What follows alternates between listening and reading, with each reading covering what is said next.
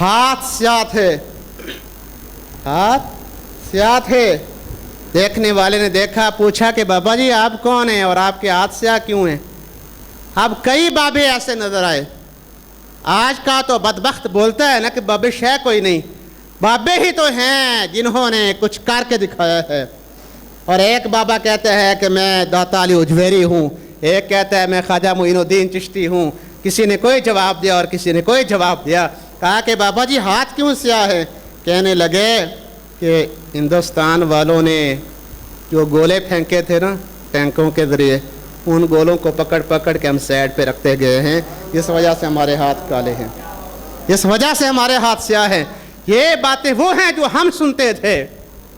اور پھر کسی خوش نصیب کو کریم آقا کی زیارت نصیب ہوتی ہے، کریم آقا صحابہ کی معیت میں حضور صحابہ کو لے کے بہت سپیڈ سے کہیں جا رہے ہیں۔ اس عاشق صادق نے پوچھا یا رسول اللہ بڑی جلدی جلدی کہاں تشریف لے جا رہے ہیں؟ ارشاد فرمایا کہ پاکستان پہ حملہ ہو گیا، مدد کرنے کے لیے جا رہا ہوں۔ غالباً 3 جمعہ پہلے بھی میں نے یہ الفاظ بولے تھے کہ یہ پاکستان کا جو خطہ ہے کریم آقا صلی اللہ علیہ وسلم کی نگاہ عنایت میں ہے، یہ وہ خطہ ہے جو حضور کے قدمین شریفین میں ہے، اور ہر لمحہ کے لیے مدینہ عالیہ حضور کے قدموں کی طرف پاکستان ہے۔ اور یہ وہ پاکستان ہے کہ جو اللہ کی رضا کے ساتھ اور رسول اللہ کی نگاہ عنایت کے ساتھ بنا ہے۔ تو یہ باتیں وہ تھی جو ہم سنتے رہے۔ اور 2025 کا مئی کیسا شروع ہوا کہ ہم نے کافی حد تک یہ ماحول اپنی آنکھوں سے بھی اور کانوں سے بھی سماعت کیا، آنکھوں سے دیکھا اور کانوں سے سماعت کیا کہ جب معاملہ شروع ہوا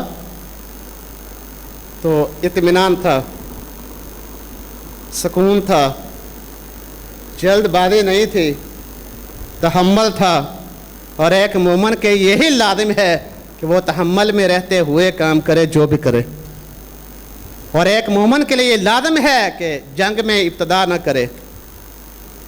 کریم آقا علیہ الصلوۃ والتسلیم کے احادیث مقدسہ میں جو ہمیں خلاصہ ملتا ہے وہ یہ ہے کہ جنگ کی ابتدا جب بھی ہوئی کافروں کی طرف سے، غیر مومنوں کی طرف سے ہوئی، اور وہ کام ہم نے دیکھا کہ ابتدا ادھر سے ہی ہوئی ہے۔ پھر حضور علیہ الصلوۃ والتسلیم دن کے ابتدائی وقتوں میں صبح سویر اذانوں کے ٹائم میں حملہ کرنے کا حکم فرماتے تھے کہ جو کفرستان بعد نہ آئے اس پر جوابی کارروائی کا جب آغاز کرنا ہے تو صبح سویر کا وقت ہو، صبح سویر کا وقت ہو۔ اور پھر ہر خاص و عام کے اندر جو جذبات تھے وہ بھی نرالے تھے، وہ بھی نرالے تھے۔ کون ہے کہ جو اپنے آپ کو کٹوانا پسند کرتا ہے؟ کون ہے کہ جو اپنے آپ کو ختم کرنا پسند کرتا ہے؟ لیکن جب یہ معاملہ آتا ہے، اسلام اور کفر کا مقابلہ شروع ہوتا ہے، تو پھر تمام ہی سب کے جذبات بیدار ہو گئے، اور سبھی نے اعلان بھی کیے ریلیوں کی صورت میں، مختلف انداز میں، کہ جو پاکستان کی فوج ہے ہم اس کے شانہ بشانہ ساتھ ہیں، ہم اس کے ساتھ ہیں۔ اور یہ میں طلباء کو بھی ایک سبق کے دوران بات چلی تو کہہ رہا تھا، اللہ تعالیٰ کے خاص فضل و کرم سے اور کریم آقا صلی اللہ علیہ وسلم کی نگاہ عنایت سے، اور تیسرے نمبر پہ پاکستان فوج کا اہم ترین اور عظیم ترین کردار ہے کہ جس کے باعث یہ پاکستان کا وجود محفوظ ہے، اور پاکستان کو اللہ نے اپنی بارگاہ میں مقبول رکھا ہوا ہے، اور اس کو جو فوج عطا فرمائی ہے وہ بھی کامیاب ہے۔ اور آج یقیناً آپ لوگوں کے سامنے ہے کہ دنیا بھر میں پاکستانی فوج کو جو اعزاز حاصل ہو چکا ہے، سبحان اللہ۔ بس انہی الفاظ پہ گفتگو کو مکمل کرتا ہوں۔ بات یہ ہے کہ سچا جذبہ جب انسان کے دل میں پیدا ہوتا ہے تو اللہ کامیابیاں عطا فرماتا ہے، اللہ کامیابیاں عطا فرماتا ہے۔ ان اللہ یحب الذین یقاتلون فی سبیلہ صفا کأنہم بنیان مرصوص۔ بے شک اللہ دوست رکھتا ہے انہیں جو اس کی راہ میں لڑتے ہیں، اس کی راہ میں جو لڑتے ہیں اللہ اسے دوست رکھتا ہے۔ صفاً، صف باندھ کر، اور کیسے سخت بندی کے ساتھ کأنہم بنیان مرصوص، گویا کہ وہ ایک سیسہ پلائی دیوار ہیں۔ اور حدیث رسول میں یہی چیز ہے کہ مسلمان آپس میں ایک دوسرے کے ساتھ ایسے شیر و شکر ہو جائیں، ایسا یکجان ہو جائیں کہ جیسے دیوار اینٹوں کے ساتھ اینٹیں پیوست ہوتی ہیں اور دیوار پھر کوئی جلدی سے گرا نہیں سکتا، ایسے تمام اہل ایمان و اہل اسلام کو اللہ جذبہ عطا فرمائے کہ وہ ایک سیسہ پلائی دیوار کی طرح مضبوط ترین ہو جائیں، تو پھر اللہ انہیں سرخ روئی اور کامیابی عطا فرماتا ہے۔ اللہ تعالیٰ میرے اس ملک کی حفاظت فرمائے ہمیشہ کے لیے، اور یہ جس اللہ اور اس کے رسول کے نگاہ عنایت اور فضل و کرم سے یہ پاکستان بنا ہے، اسی اللہ اور اس کے رسول کی ذات پہ بھروسہ رکھتے ہوئے ہمیں بھروسہ کیا ہے آپ کے فضل پہ یا رسول اللہ کی نگاہ عنایت پہ، تیسری شے آئی کوئی نہیں۔ دیکھیں یہ جو فیصلہ ہوا جوابی کارروائی کا، کیا ٹائم تھا؟ صبح سویر کا، اور حدیث پاک میں کیا ہے جی؟ نبی پاک علیہ السلام صبح سویر حملہ کرنے کا حکم دیتے تھے۔ حضور علیہ السلام نے اجازت نہیں دی کہ اہل ایمان کافروں پر پہلے ابتدا کرے، جہاں تک مرضی حالات پہنچ جائے، اور کب سے کب تک یہ حالات چلے جا رہے تھے، لیکن اس کے باوجود ابتدا انہی کی طرف سے ہوئی، پھر بھی تحمل کا مظاہرہ کرتے کرتے صبح سویر حدیث رسول کے پیش نظر صبح سویر حملہ کیا، اور حملہ کرنے والے کا بیان بھی آ رہا ہے، کامران نامی، اس کے بیان بھی آ رہے تھے جو میری معلومات میں آئے ہیں، یقیناً آپ نے بھی یہ مشاہدہ کیا ہوگا۔ اس کا کہنا ہے کہ میں جب اڑان بھری میرے جہاز نے، وہ آسمان کی طرف بلندی کی طرف جا رہا تھا، میں نے اللہ سے وعدہ کیا کہ اللہ اگر میں زندہ واپس آ گیا تو اسلام قبول کروں گا۔ قرآن مقدس میرے سامنے ہے، کسی دوست نے میرے سے سوال کیا تھا تو میرے دل میں جو بات آئی، اس بات کا مفہوم یہ تھا کہ اللہ کے مخلوق کے لیے جو قربانی دیتا ہے، جو کسی بھی اچھے کام میں کوشش کرتا ہے، اس کے اچھے کام کا نتیجہ اللہ کی رحمت سے بڑی امید ہے کہ اسے دولت ایمان مل جائے۔ اب خبریں آ رہی ہیں، باقی مزید تسلی ہو جائے گی اور 4 دن تک کہ فعل واقع کیا ہوا معاملہ، لیکن اللہ کی بارگاہ سے مجھے بہت امید ہے کہ انشاءاللہ ہو چکے۔ ماشاءاللہ محمد عمر، اس نے نام بول دیا اپنا کہ اب میرا نام محمد عمر ہے۔ دیکھیں کہ حضور علیہ الصلاۃ والتسلیم کے منظور نظر اس خطہ کی حفاظت کی خاطر اس نے اڑان بھری، اور جس حساب سے اس نے حملہ کیا ہے، انڈین فوج بھی اس معاملے میں پریشان ہے کہ ہوا کیسے، اور وہ رافیل طیارے یہ چیزوں کو ایجاد کرنے والا جو پیچھے بیٹھا ہوا ہے، وہ خود اس معاملے میں پریشان ہے کہ خرابی کہاں ہے۔ بھئی ان لوگوں کو کیا پتا کہ معاملہ در حقیقت کیا ہے؟ معاملہ تو یہ ہے کہ یہ اللہ کا کرم تھا، رسول اللہ کی نگاہ عنایت تھی، خطہ پاکستان کی حفاظت اللہ نے اپنے کرم میں رکھی ہوئی ہے انشاءاللہ العزیز، تو اسی کے فضل اور کرم سے یہ بچاؤ ہے۔ جب اللہ کا فضل ہوتا ہے پھر نگاہ یقیناً کامیابیاں نصیب ہو جاتی ہیں، جب کرم ہوتا ہے تو حالات بدل جاتے ہیں، پھر ظاہری معاملات کچھ نہیں کرتے، جب ادھر سے کرم کی بہاریں آتی ہیں پھر اللہ یقیناً کامیابیاں عطا فرماتا ہے۔ ملی ہوئی خبروں کے مطابق اللہ تعالیٰ اس نو مسلم کو محمد عمر، اللہ اسے ایمان پہ استقامت عطا فرمائے، اور اس کے اس جذبے کے توسل سے میں دعا کرتا ہوں کہ اللہ تعالیٰ باقی بھی ہر جگہ پہ اللہ تعالیٰ اسلام کا بول بالا فرمائے، اور انشاءاللہ العزیز یہ یقیناً ہوگا۔ کیوں؟ قرآن مقدس میں ہے وَلَلْآخِرَةُ خَيْرٌ لَكَ مِنَ الْأُولَىٰ۔ اے حبیب صلی اللہ علیہ وسلم، آپ کو غمگین ہونے کی کوئی ضرورت نہیں ہے، آپ کا ہر آنے والا لمحہ بہتر سے بہتر ہوتا چلا جائے گا، اور جو قیامت قریب آ رہی ہے اسی حساب سے حضور علیہ الصلوۃ والتسلیم کی عظمتوں کا نکھار اور پروان اور